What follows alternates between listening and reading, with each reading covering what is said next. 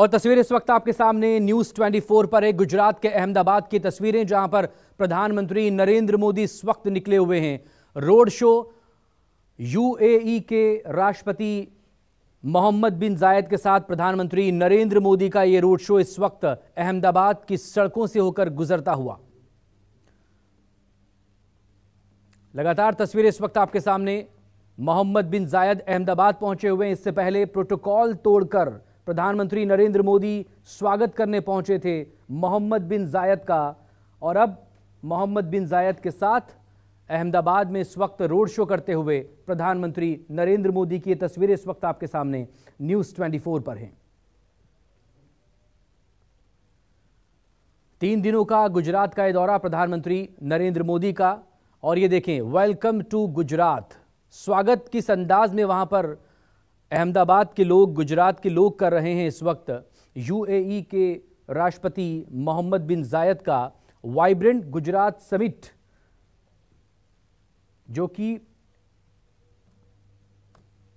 सबकी नजरें जिस पर टिकी होती हैं। हर बार ही बड़े लेवल पर ये वाइब्रेंट गुजरात समिट आयोजित की जाती है, और एक बार फिर से जब इस बड़े मौके के लिए विश्व के कई बड़े नेता जब पहुंच रहे हैं, ऐसे में यूएई के राष्ट्रपति भी अहमदाबाद पहुंच चुके हैं। करीब 3 किलोमीटर का लंबा यह रोड शो बताया जा रहा है, और इस सब के बीच ये तस्वीरें, जहां पर अहमदाबाद में जहां जहां से ये काफिला गुजर रहा है, ये रोड शो हो रहा है प्रधानमंत्री के साथ यूएई के राष्ट्रपति मोहम्मद बिन जायद का, तो वहां लोग मोदी मोदी के नारे लगा रहे हैं, और साथ ही स्वागत किस गर्मजोशी से किया जा रहा है, ये इन तस्वीरों को देखकर आप अंदाजा लगा सकते हैं।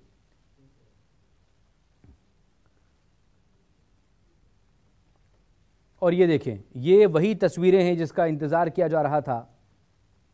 वाइब्रेंट गुजरात समिट के साथ ही और दूसरे कार्यक्रम भी गुजरात में होने हैं, लिहाजा प्रधानमंत्री नरेंद्र मोदी गुजरात के दौरे पर हैं। यूएई के राष्ट्रपति Sheikh Mohammad bin Zayed al Nahyan पहुंच चुके हैं, जिनका स्वागत प्रोटोकॉल तोड़कर पीएम मोदी ने किया, और अब एक रोड शो की शक्ल में आगे बढ़ता हुआ यह काफिला 4.8% की दर से लगातार बढ़ता जा रहा है।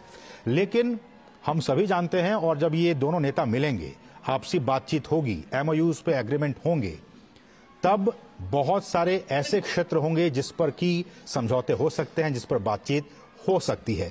ऐसे वो कौन कौन से क्षेत्र हैं जिनमें कि हम, अगर खासकर भारत की बात करें, जिसमें कि हम निर्यात कर सकते हैं, तो वो ये है कि खनिज ईंधन, विद्युत मशीनरी, रत्न और आभूषण, ऑटोमोबाइल, हम चावल भी एक्सपोर्ट कर सकते हैं, अनाज भी हम एक्सपोर्ट कर सकते हैं, कॉफी, चाय, मसाले, केमिकल प्रोडक्ट्स, ये हम एक्सपोर्ट कर सकते हैं।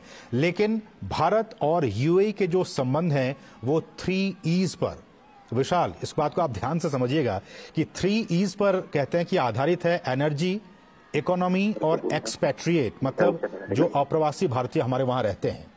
तो एनर्जी के सेक्टर में भी हमने देखा कि लगातार, चाहे वो ग्रीन एनर्जी की बात हो, हाइड्रोजन एनर्जी की बात हो, उस पर भी लगातार COP28 में भी बातचीत हुई थी।